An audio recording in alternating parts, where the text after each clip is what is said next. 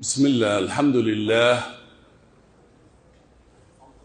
وثناء لله والصلاة والسلام على رسول الله صلى الله عليه وسلم وبعد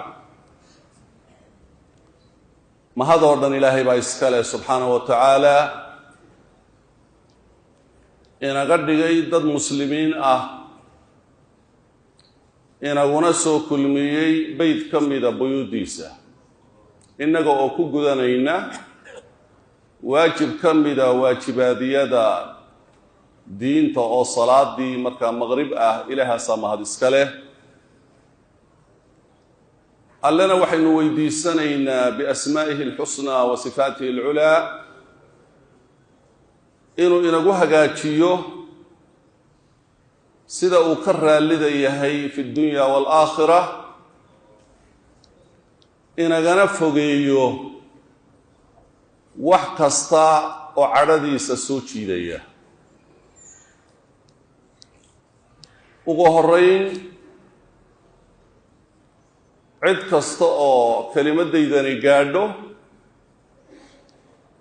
naftayda iyo naftiisaba waxaan u dardaarmayaa ilaahay subxaanahu wa tacaala cabsidiisa taasi oo ta ilaahay uu dardaarmay innaga iyo kuwii inaga horreeyeyba ولقد وصينا الذين أوتوا الكتاب من قبلكم وإياكم أن اتقوا الله إلهي سبحانه وتعالى إنك يكوي نجاه الريب وحو الدردار من إني الله كبقان تاسيو وحي لفري وحي كأوديان إني كري مادان وحي لو ديدين إني كديرادان waxaa kalaan tilmaami lahaa maalmahan waxaa jirta bulshada reer Somaliland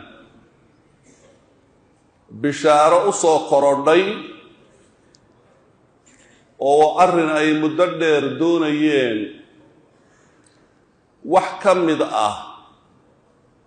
ay heleen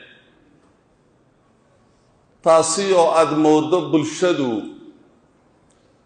ama ummadda Soomaaliyeed meelay joogtaba qayb soo dhaweysay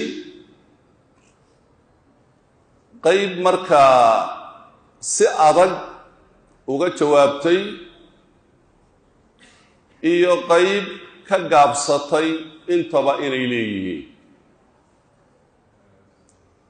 marka runtii waxaan oranayaa bulshada halkan ku nooli waa bulsho Soomaaliyeed waa midda labaad waa bulsho muslim waa bulsho aan cidna ku duulimaad ahayn ee waxa ay doonayaan ay tahay waxay iyagu danu arkeen cidda waxa weeye wax ku diida si quman waa ugu sheegi kartaa waana ugu naseexayn kartaa laakiin waxa reeban waxyaabaha dhegaha soo gaadhaya ee ay ka mid tahay dhaleecaynta aan loo meeldaynin arrimaha laga dhigayo arrin diineed oo mudan in bulshadan lala dagaalamo oo ama ay urur diimeedyo ku dhawaaqayaan ama bulsho kale oo markaa laga yaabo xilal dowladeed inay hayaan ama xilal dhaqanba hayaan inay waxa weeye leeyihiin bulshadan waa in lagu jihaadaa tan noocaasiya waxaynu leenahay hortuu jihaadku hadduu yahay kii la yaqaanay ee islaamka jannaduna ay tahay jannadii la yaqaanay ee Allah samaystay subxaanahu wa tacaala ee aanay ahayn jihaad shaydaani iyo janna carruurta lagu waxa weeye marka waxa weeye sasabo oo lagu mashquuliyo aanay ahayn war ummadan dhiigeeda jannana kuma jirto khayr laga helayaana ma jiro ee cid kasta oo umuuraha carabka ku ballaadhinaysa intay alle ka cabsato ha ka hadho arrinta noocaasi ah waxaan tilmaami lahaa waxaan loo yaqaano ictiraafka dawliga ah ee dawladu ay bixiyaan hortu sida la yaqaano waxa hormuud u ah waa gaalo dunida shanta yidhaahda fiita baawar baanu leenahay iyo kuwa kale isku soo xejiyaaba dhammaan waa gaalo xuduudan ay wax ku ictiraafayaanna muslin ma samayn ee iyagaa samaystay oo gaaladaa samaysay qaanuunkan dawliga ah ee ay markaa dhigteenna iyagaa dhigtay ee miday diin u baadheen ma aha markay sidaa tahay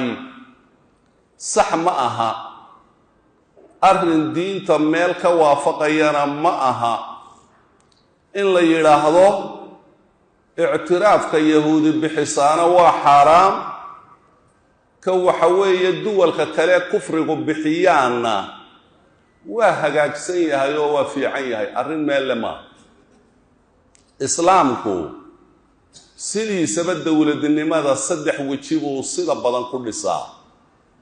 qof doorasho bulshada ummadda waxna u xidha waxna u furtee waxgaradka ahi inay madaxweynahooda doortaan islaamku way yaqaan kaa la doortay inuu cid kale isagu u dooro oo marka dambe dhaxal suge ka dhigana islaamku waa yaqaan qodob saddexaad islaamku waa yaqaan qofku dariiq aan sharci ahayn intuu ku qabsado dowladnimada inuu waxa weeye ummaddaasi si xoog ah uu dowladda markaa uu shacab kaga dhigiyo raciyad kaga dhigo oo ugu taliyo taana waa la yaqaanaa oo haddii dowladnimadu u xasisho waxa weeye dee markaa waa la hoggaansamayaa laakiin wax kale oo qof aan halkan ka talinayn oo dhowr iyo 30 sane lasoo dhaafay aan ka talin xuduud gaala dhigtay inuu yidhaahdo anaa ka taliya ummaddana ugu madax ah wadaadada horboodaya arrinta ay odhanayaan dowladda xamar baa dalkoo dhan ka mas-uul ah waxaanu leenahay arrin saxa maa waxaad ku dhistaynaa waa qaanuunkaa dawliga ee gaaladu ay dejisatay iyo gaal kugu yidhi xuduuddu halkaasay martaa laakiin sharci kaloo aad u eegtay iyo diin kaloo aad ku meel marisay midna ma jirto marka runtii arrinta noocaasiya si weyn baan uga digayaa aniga oo ku ammaanaya ummadda Soomaaliyeed meelo badan oo ay joogaan bulsho badan oo aad moodo xamaasad gelinta inay ka xoroobeen oo fahmeen ummaddu waxa laysu yahay inaan berina goynayn biyana maydhayn laakiin dowladnimada inaan Soomaali oo dhan dowlad ka dhaxaysa aanay jirin ee ummaddu waxa weeye dowlado kala duwan inay leedahay ayna tahay in lagu ixtiraamo bulsho kasta waxa weeye sida ay dowladnimada u arkayso ciddii isu soo dhaweynaysa ee iyadu leh waxbaan si kale isugu soo dhaweynayaana dee ha marto dariiqa ummadii isugu soo dhawaato laakiin yay marin dariiq la sii kala fogeynayo bulshada ummadda dhiiggeedana si yar loogu hamuumayo arrinta noocaasiya aad baan uga digayaa diintana meel kuma lahaan leehay culimmada waaweyn ee ummadda Soomaaliyeed meeshay doonaanba ha joogeenna bal masaladaas cilmiyana ha u baadheen waxa qasab kaga dhigaya Somaliland in waxa weeye jamhuuriyadda Somaliland inay u hoggaansanto oo ay hoos tagto bal waxa waajib kaga dhigaya dawladda xamar ha keeneen oo masalada si cilmiyana ha u baareen ummadda haddii la isu soo dhaweynayo lama diidana laakiin sax maaha in la yahdo waxbaa la qasbayaa ummaddana waxa weeye si aan habboonayn ayaa markaa loogu addoominaya arrimo aan sax ahayn qodobkaasi qodob la qaadan karaya maaha bulshada reer Somaliland laftooda waxaan leeyahay ictiraafka la helay sax maaha in waxa weeye la sameeyo waxyaabo munkaraad ah oo ilaahay diintiisu aanay ogolayn oo ay ka mid tahay hadallo gef ah waayo gaal waa gaal wixii aynu isku danaysanayno baa la isku danaysanayaa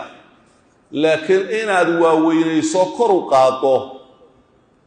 arrin sax ma ama orahayo halis ah oo laga yaabo qaarkood islaamkaagaba inay si weyn u dhaawacaan in la yiraahdo sax ma waa in lagu markaa taqayudaa laguna ekaada xuduudda sharcigu inoo ogol yahay ee aan laga tallaabin cid kastoo codkaygani gaadho waxaan leeyahay Somaliland haddii la ictiraafo macnaheedu ma aha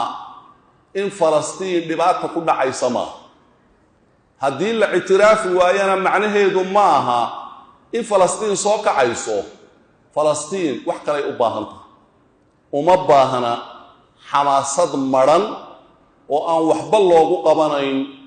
ee waxay u baahan tahay wax iyagana wax taraya ummadda kale ee muslimiinta ana wax taraya laakiin in la isdulmiyo oo si xun la isugu xadgudbo cidna laga dhageysan maayo waxaan leeyahay shacab iyo xukuumadba ha la isgarabsado oo ha la isgarab istaago oo dawladda ha lagu garab siiyo wax kasta oo qumman oo ilaahay diintiisa aan ka hor imanayn ummadda Soomaaliyeedna cudur iyo ciil toona uma qabno meel kastay joogaanba Allah ku ammaan siiyo laakiin hal la ogaado in dawladuhu kala gooni noqdaan macnaheedu inaanay ahayn in la isgoynayo shanta qaaradood ama qaaradaha dunida meel kastoo qof muslima joogo iyo qof isirka Soomaaliyeed meel uu joogo midna dhib uma ogolin in halkan la dhibana oo lagu xadgudbana cidna laga yeeli maayo dawladdana waa la garab taagan yahay ilaahayna subxaanahu wa tacaala dalkeena iyo diinteena iyo dadnimadeena iyo deegaankeenaba Allah inoo hagaajiyo ummadda kale muslimiintuna meel ay joogtaba Allah ku ammaan siiyo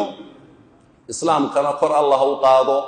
wa sallallahu wa sallama ala sayyidina Muhammadin wa ala alihi wa sahbihi